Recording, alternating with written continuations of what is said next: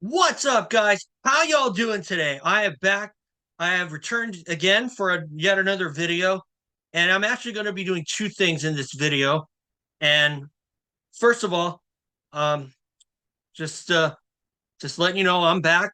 So the first thing I'm going to talk about is why I have a love-hate relationship with the transfer portal, and I could go on and on about you know about if it should or shouldn't exist, but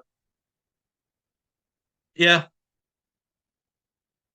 but that's kind of what I'm going to do here. But anyway, I have 2 points, as I said. That was the first. I'll save the second one for later. But anyway, let's start. Okay, now, why do I have a love hate relationship with the transfer portal?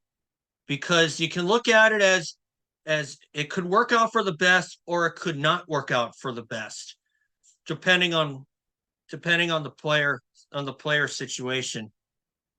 And and of course, I come out with this video, especially after finding out that the UH men's basketball had lost 4 guys to the transfer portal. I went over that in a prior video with Beon Riley, Zoar Nedd, Justus Jackson, and Amoro Lado leaving. But Noel Coleman did. But Noel Coleman did return for his senior year, and I'm very happy about that. But anyway, but those 4 guys that I mentioned are big losses to the University of Hawaii, with Zoar Nedd kind of being a double-edged sword because Zor could very well have left the team if he wanted to and try to get out to the real world, but he chose to stay here, and he'll be finishing his collegiate basketball career at UH Hilo, which oddly enough was where local kid Cameron Ing transferred to after the 21 season came to a conclusion. So, I mean, do I think that the transfer portal should exist? Yes. But there are times where I wish it didn't. Because, I mean, my philosophy is if you're a basketball player or any other sport for that matter, and you commit to one university, you should stay there the whole time. I mean, even if things don't go, even if things don't get better for you, especially in a state like Hawaii, you can still have a lot of fun here. I mean, but if you don't get a lot of playing time, you can't really blame them. But why do I have a love-hate relationship with the transfer portal? It's because you're losing potential talent that could certainly make a name for themselves at the university they had originally committed to. So obviously, for Zornad transferring to UH Hilo, which is a D2 school, that could work out for him because he'll get more time on the court. And it did work out for Cameron Ing as well. Whereas in contrast, when they were at UH Manoa, Zornad and Cameron Ing, a lot of the times that they got were kind of garbage time until Zor broke out of his shell in the 21-22 season after Samuta Avea went down with back surgery.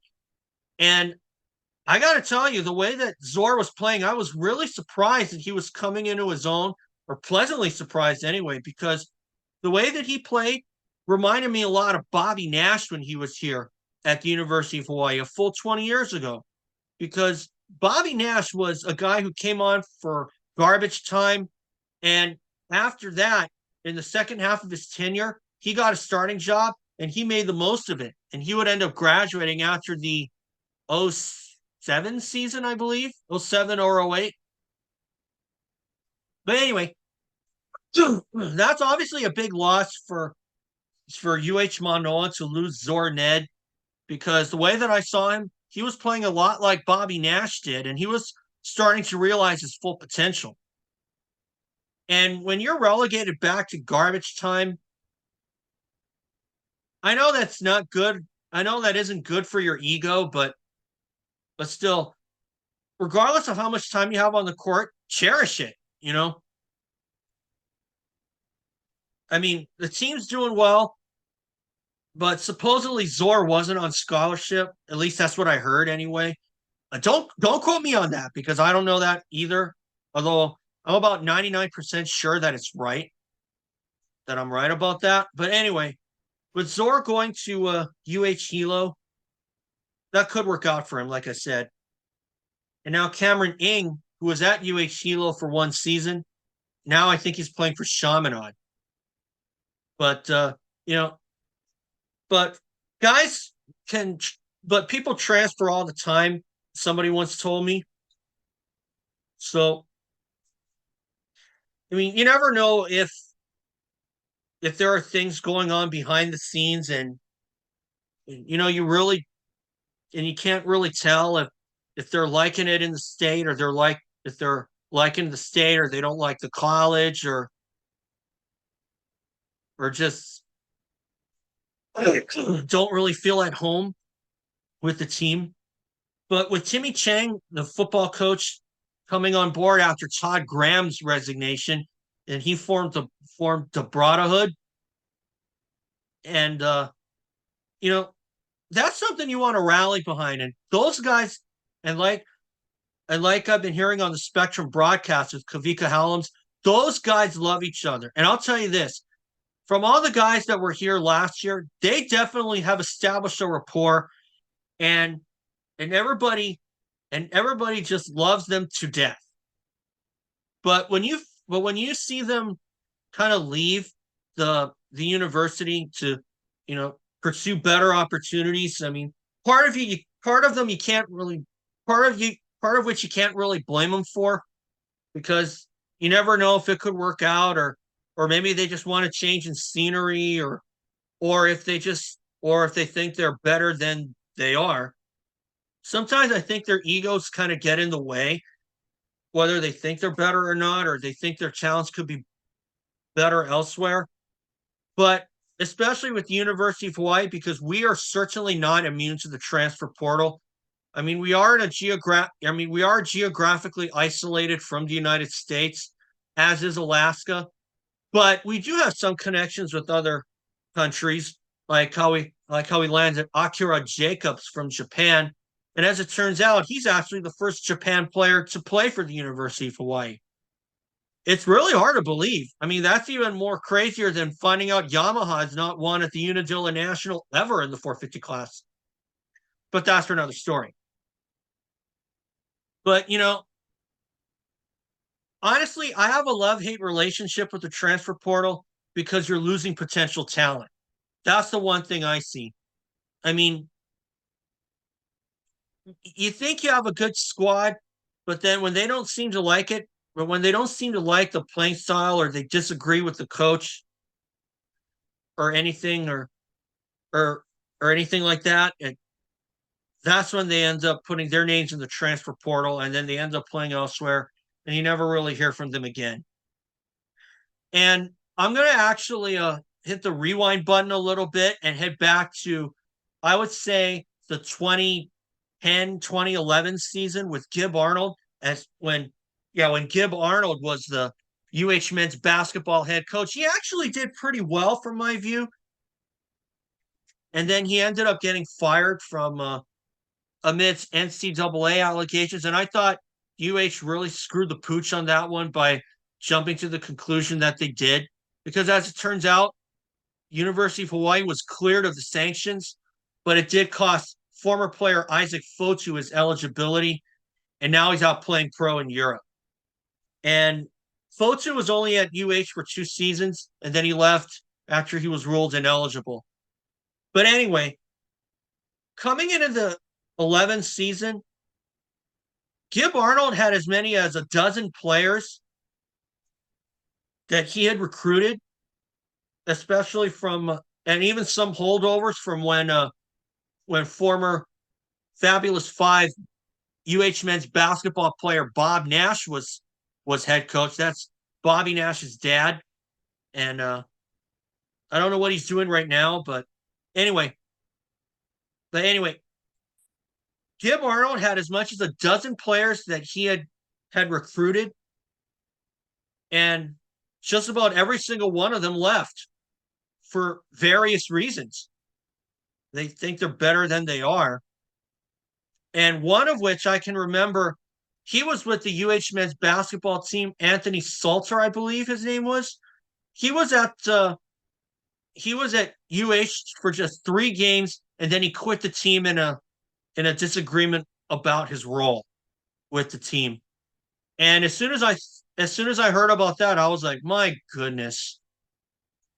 Sometimes I think college basketball players do let their egos kind of get the better of them, but it's hard to tell. It's hard to really declare what the true reason is of why people transfer so much and why people transfer all the time.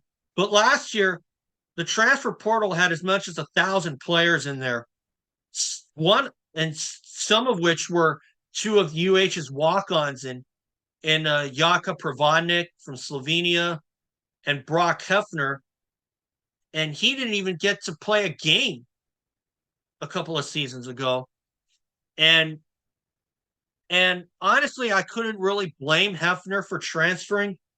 I mean, obviously, all they want is time on the court, and when they don't get it, yeah, that can really hurt you. But my philosophy is, if you commit to a university, stay there. I mean, don't let your ego get the better of you. I mean, if you think you have a better opportunity elsewhere, okay. If you want more time on the court, okay, that's another thing. But if you let your ego take advantage of you that way, like what I described with Anthony Salter, that that's just a sign that they think that they're the best, and they just don't see eye to eye, and eventually they'll find another team. And but whatever. I mean, if they like to stay here, then it's one thing. If they like coming to Hawaii, I mean, who doesn't want to come to Hawaii to play basketball? I mean, you know, I mean, Jerome DeRosier, he's from Canada, and he stayed at the University of Hawaii to complete his master's, and he was hoping for another senior year, but the NCAA didn't listen and did not allow Ivy League players a second senior year, which I thought was a major injustice.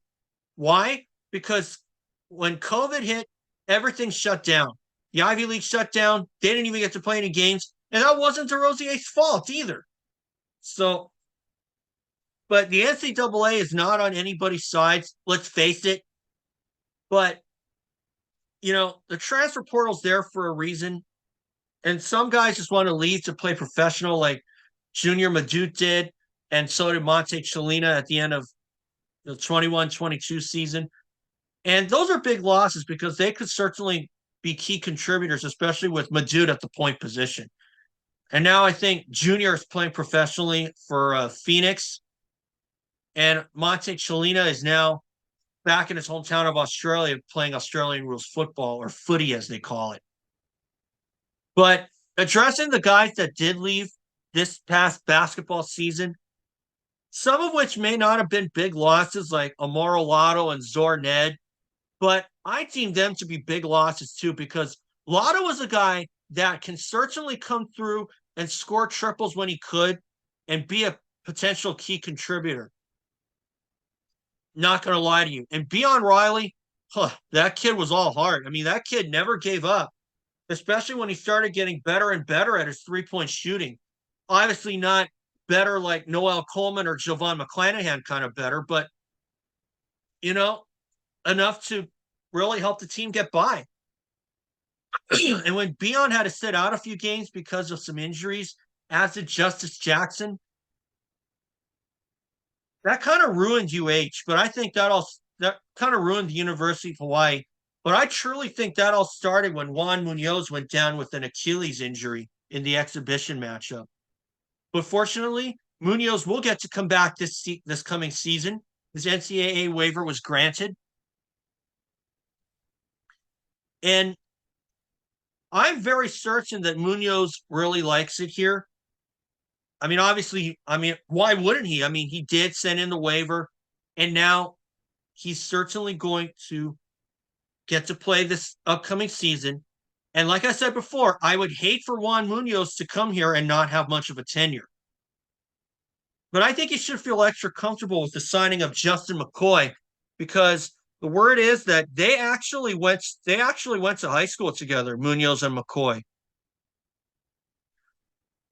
And another part, as far as the transfer portal goes with softball, University of Hawaii lost two players, Jaden Nielsen and Brianna Lopez.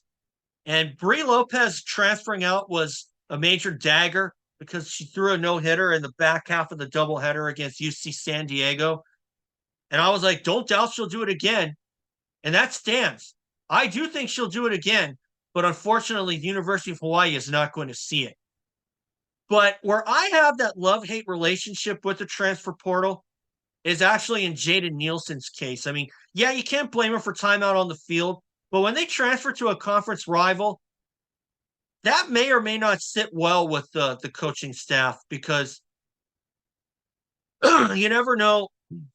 I mean, they want starting jobs, but when you come back and and face off against a team that you used to play for, that could generate some friction.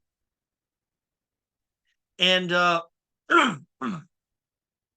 could also see a similar thing that happened when Jane Crowson was playing for the University of Hawaii women's volleyball team. And I think she was having some kind of disagreements with head coach at the time, Dave Shoji, and she ended up transferring to Arizona. And there was a time where Arizona was actually scheduled to play the University of Hawaii, play at Hawaii. And because Jane Crowson was actually affiliated with UH, she was benched for that road trip. And honestly, I thought that was the right move all around. Why? Because you never really know if you're going to ruffle feathers. Yeah, you're definitely going to ruffle feathers, but if you do it to a point where the coaching staff might start complaining a little bit, then yeah, that's probably not going to sit well with that won't sit well with me, and that certainly won't sit well with the fans or anybody else. So I can definitely see why Jane Crowson was benched for that game. But that's kind of why I have a love-hate relationship with the transfer portal. So anyway, guys, that's all on that topic. And second one is an update regarding my YouTube channel. Now, before anybody asks, am I planning to close down this channel? Absolutely not. But it is regarding some, and I realize that I kind of abandoned the gaming side of my channel, especially with game shows and all that. So just so you know, they aren't going away, and I'll still do the gaming on the side, especially the game show games. But I'm trying to get out to the workforce. I'm thinking freelancing could be my freelance writing could be my only option. But I'm still going to apply for a media pass this upcoming season. So just an update. So the gaming videos on my channel are not going to go anywhere. So there will be new games coming. I just don't know when. I've been kind of conflicted on time for myself and kind of hoping that my channel gets remonetized again, but I still gotta buckle down and post on a consistent basis. So, and I realize now that was all on me, on why my channel got demonetized, because I wasn't bringing in the subs, bringing in subscribers. But hey, I'm not going to give up. I'm still going to keep trying. I'm still going to do gaming on the side. But a lot of this is but most of the content you'll see is going to be Hawaii sports. I'm trying to get out to the workforce, trying to do everything I can. Unfortunately, I haven't really been successful yet. But I'm hoping that'll change I'm hoping that'll change sometime soon. So just to sum that up, I am still going to do gaming videos, maybe not as much as before, especially the game show games, even though my interest on game shows has considerably waned. But anyway, they're still going to be around. Not going to lie to you. I mean, I'm still going to keep trying. I'm not going to give up, but I am going to, at least just to keep things on a consistent basis. I am going to alternate between Hawaii sports and my gaming channel and my gaming stuff, especially now that I have a small retro gaming console that I could play on here, that I could play with this.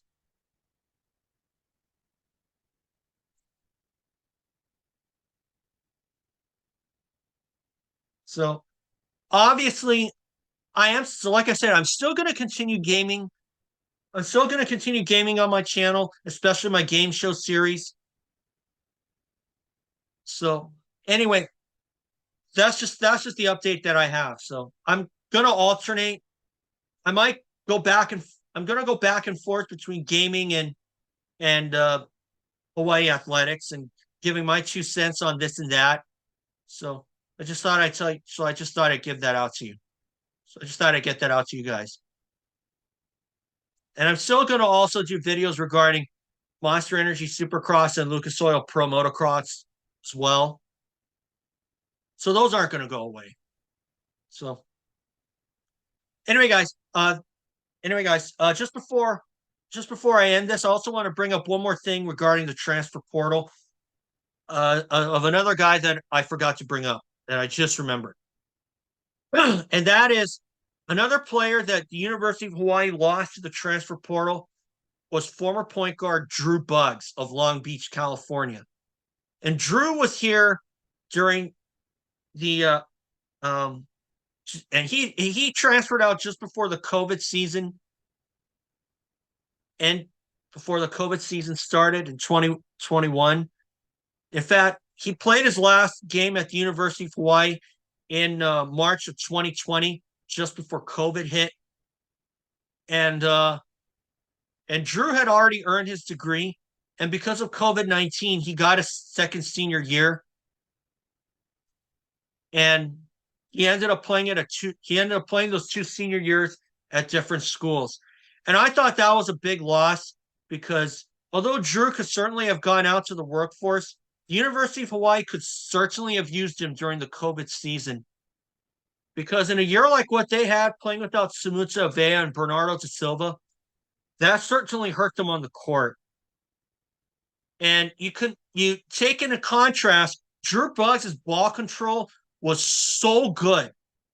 And then I guess he thought he was better than he really was, and he ended up transferring to Missouri. And that was a big loss too, because in a season like what UH had in 21, Drew Buggs would certainly have filled a lot of those voids had he just decided to stay. Because in contrast, University of Hawaii, Drew Buggs was a starter. But when he transferred to Missouri, he came off the bench. And I don't think he played as much as he probably would have liked to. And then the second senior year, he transferred to Winthrop. And I don't know how good he did there, but I don't know what he's doing now. But I'm sure he's doing well. I'm not sure what he's doing in a line of work, but anyway, I just thought I'd bring that up as another example. And as a second example, I'm going back in time a little bit with Carl English, who used to play for the University of Hawaii. And this was around the late 90s, early 2000s. Carl English played for the University of Hawaii after UH and former head coach Riley Wallace made it to the NCAA tournament. And I guess Carl English kind of let his ego get the best of him. I hear he's doing well, though. I want to say that. And then he ended up drafting for the NBA, and as a result, he couldn't. And as a result, he didn't make it. And that's the one thing I really don't like about drafting for the NBA, because you don't get your senior year back. and Carl English had supposedly not completed his education. So, and that kind of hurt him a little bit, and that hurt the University of Hawaii as well because they didn't make it to the NCAA tournament until 2016 when Roderick Bobbitt was part of the roster and he was the clear point guard. And Carl English was a good point guard in his own right, or at least what position that he played. I'm pretty sure he was point guard though. I'm pretty sure he was point guard, but I guess he thought he was believing the hype. He thought he was better than he was, and then he ended up drafting for the NBA. And as a result, University of Hawaii got screwed over, just like with Drew Buggs after the 2020 season. So I'm hope. So I hear that Carl English is doing well. I think he's coaching basketball. Last I saw, or last I heard of him.